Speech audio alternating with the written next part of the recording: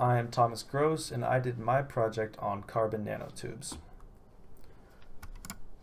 Why did I choose carbon nanotubes?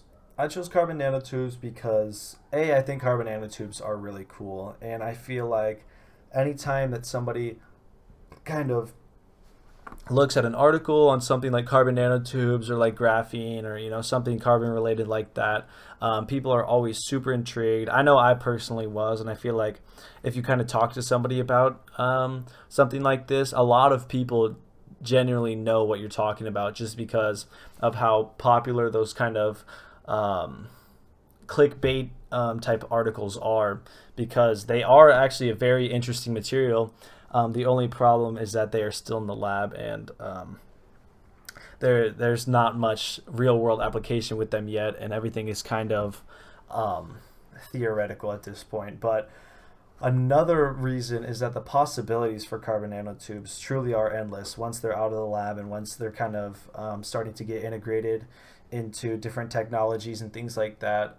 Carbon nanotubes provide a whole host of solutions to problems we have, or improvements on current technology and things like that.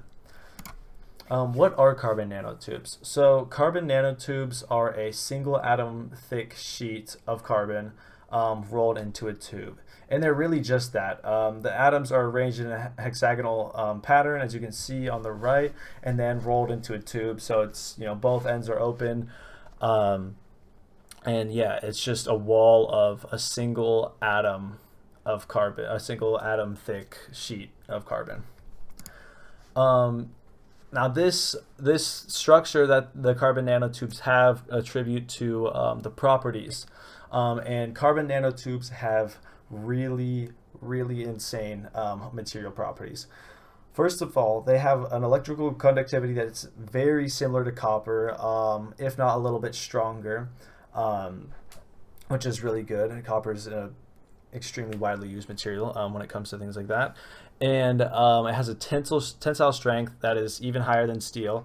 And I know typical material comparisons always say, like stronger than steel, but I feel like it's really important to note that, because steel is kind of like an industry standard because of how cheap and how useful it is. But that's kind of where things start to change, is in the strength to weight ratio, because carbon nanotubes, while being slightly stronger than steel, I'm not sure it's not an immense amount. It's definitely a noticeable difference, but where it really kind of kicks it into gears, the strength to weight ratio, because steel still weighs a lot when it comes down to it for how much strength it's providing, but carbon nanotubes do not.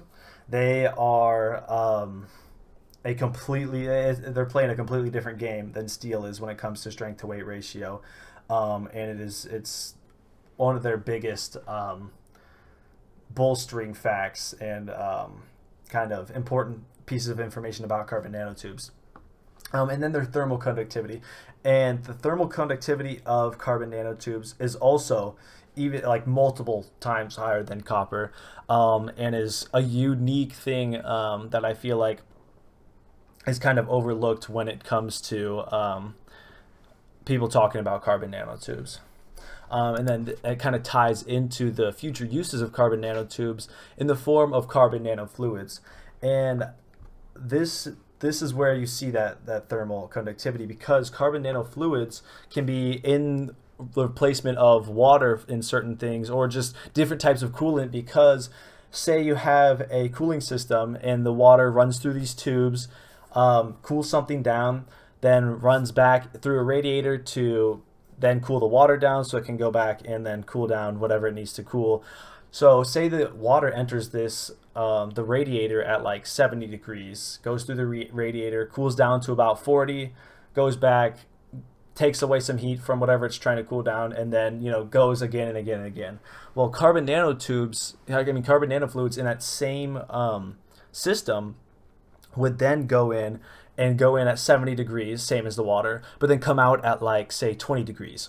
And then that would enable the carbon nanofluid to cool the thing it's trying to cool a lot more effectively, and also do it more efficiently while also saving energy, because that fan that's blowing through that radiator will be going at the same speed, but it's just the carbon nanofluids are able to dissipate their heat a lot faster than, say, water might be able to.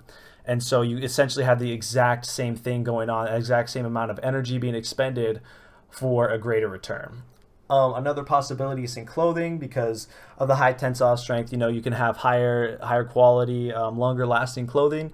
And also, I feel like an interesting part is, since they are made purely of carbon, pretty much, carbon nanotubes are also black.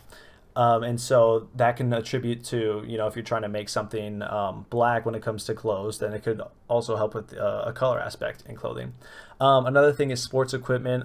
I know there actually are like prototype tennis rackets that have been made with some carbon nanotubes on a small scale, just because people are trying to get them into sports equipment as per usual. Once the military gets their hands on it, then eventually it starts to get into sports equipment and things like that. And so there are applications in sports equipment for carbon nanotubes. And then finally, the biggest thing that people get excited about when it comes to carbon nanotubes and future possibilities is a space elevator.